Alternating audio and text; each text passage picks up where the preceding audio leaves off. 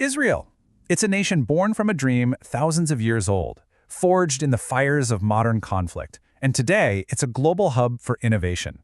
So in the next few minutes, we're going to trace the incredible, complex story of how this nation came to be. And really, our whole explainer boils down to this one question from the book Startup Nation. How did a country, born under siege, with almost no natural resources, completely transform itself into a high-tech powerhouse? It's a paradox, and it's right at the heart of Israel's entire story.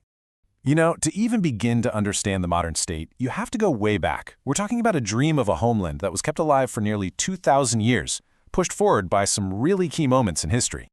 This dream was shaped over centuries. It really starts with the Roman exile way back in 135 AD, which scattered the Jewish people all across the globe.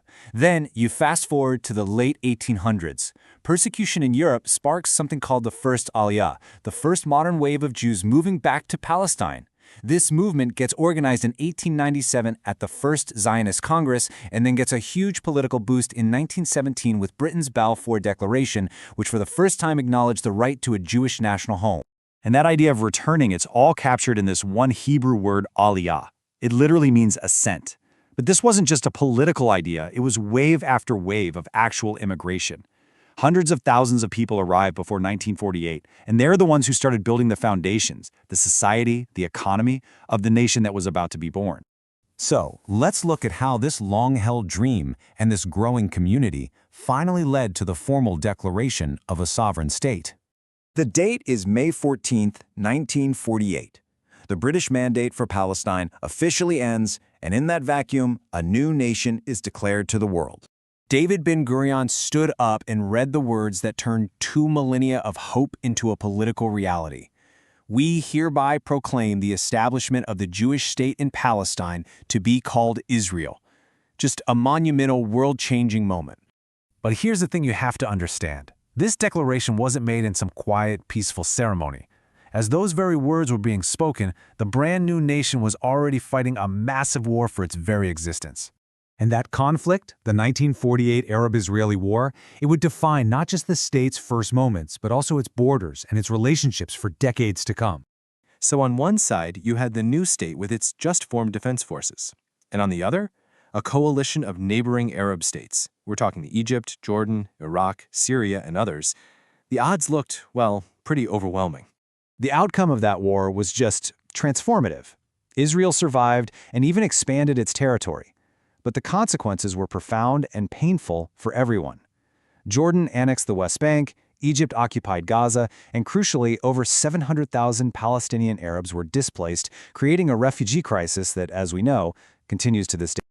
Okay, let's fast forward nearly 2 decades. The next defining moment arrives in a conflict that would, once again, completely redraw the map of the Middle East. The Six-Day War in 1967 just completely rewrote the strategic reality. Before the war, Israel was seen as this small, vulnerable nation constantly under threat. After its shocking victory, it emerged as the region's dominant military power. The script was completely flipped. And this new reality was stark. Israel had captured the Sinai Peninsula, Gaza, the West Bank, East Jerusalem, and the Golan Heights. Militarily, it seemed untouchable. But this also marked a turning point in how the world saw Israel. That old David and Goliath narrative really began to change. But look, survival in the face of conflict is only half the story here. The other half is this economic transformation that, in its own way, seems just as improbable as the military victories. Which brings us right back to that question we started with. How does a small, isolated nation with no major natural resources and surrounded by hostility become a world leader in technology and innovation? How does that happen? And just to give you a sense of the scale here, get this. Israel has one startup for every 1,844 people. That is one of the highest densities of new companies anywhere on the planet. It's an absolutely mind-boggling statistic. So what's the secret sauce? Well, the book Startup Nation points to a really unique recipe. It starts with mandatory military service, which gives young people incredible leadership and tech skills under insane pressure. You mix that with a cultural trait called chutzpah, this sort of audacity to challenge authority and think outside the box.